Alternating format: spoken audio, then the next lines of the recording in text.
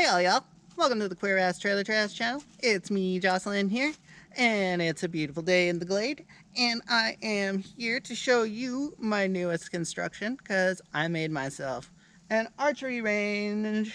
It is for my own amusement, and also my skill building, as I feel like with the coming apocalypse, I should probably get a little bit better with my bow and arrow skills, as you know, I might need to start doing my grocery shopping on the hoof. And the infinite rechargeable nature of arrows is kind of more reliable than the old bullet sometimes. So it's good to have all of your bases covered, you know, just in case. Just in case. So to start off with today, I'm gonna just kind of tell you what I'm up to, what I'm using. This here is my bow of choice for the moment, anyway. I am still, you know, I'm okay, but I'm not the greatest shot.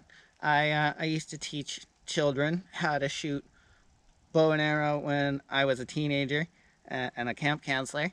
And this is what I would use. This is just like a 15, 20-pound bare recurve fiberglass basic beginner's bow. And it's great because they're very tough, and you don't ever have to unstring them and restring them or worry about that. You just string it once and leave it, take it out, goof around with it, put it away. No stress. I think I paid $10 at a garage sale for this one.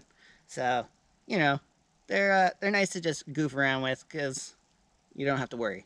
Also, it's not so heavy a draw that you're going to be sending arrows super deep into your target and having to like really pull them out, and that's when you bend arrows and do damage to stuff. So starting out with a low weight bow is a good way to go because you just get a lot of practice in.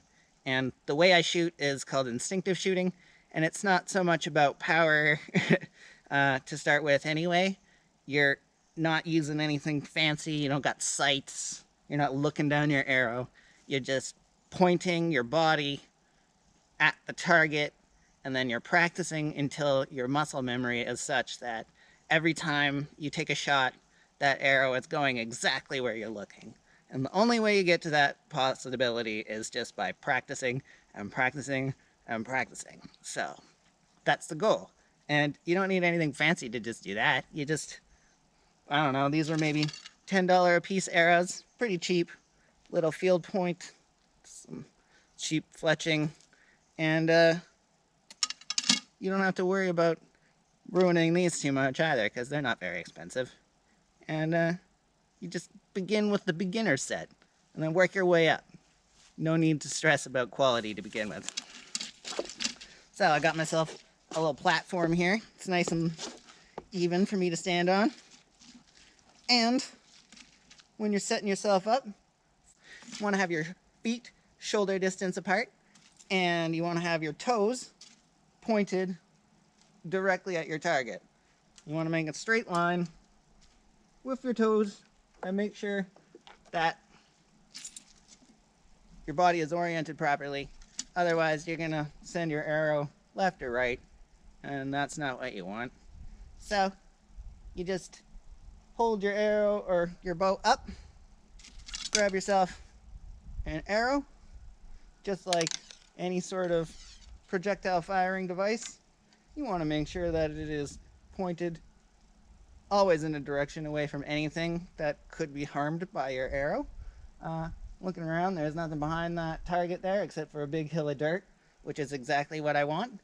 And my target is a 100% mishmash of garbage. It's a dog food bag full of greenhouse plastic that I just packed in there as tight as is humanly possible. And then taped it all shut with some good old-fashioned tuck tape. And it's good to go. And so, the way I like to set my fingers on my string, it's not even my first knuckle. You don't want to put them down that far. Just on my fingertips against the string. One finger above, two fingers below the arrow. This is called the knock. This little gold thing is the knock point. And you put your knock underneath it, fingers on there, and I like to kind of keep my bow a little bit tilted while I'm pulling back, just to keep the arrow from falling off. But then you're going to set your thumb against your jawline, aim, and release. Oh yeah, that's a pretty good shot. So, like I say, I'm not even looking down my arrow.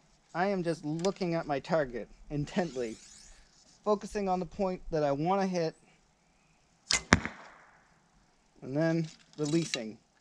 And when you're releasing, you just want to let go. You don't want to, because if you twang that string any which way, that's going to throw your shot off too.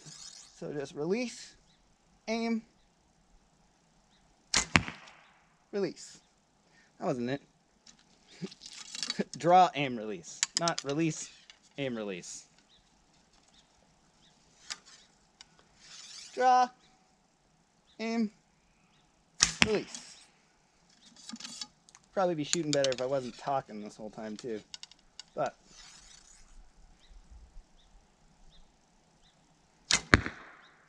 ooh.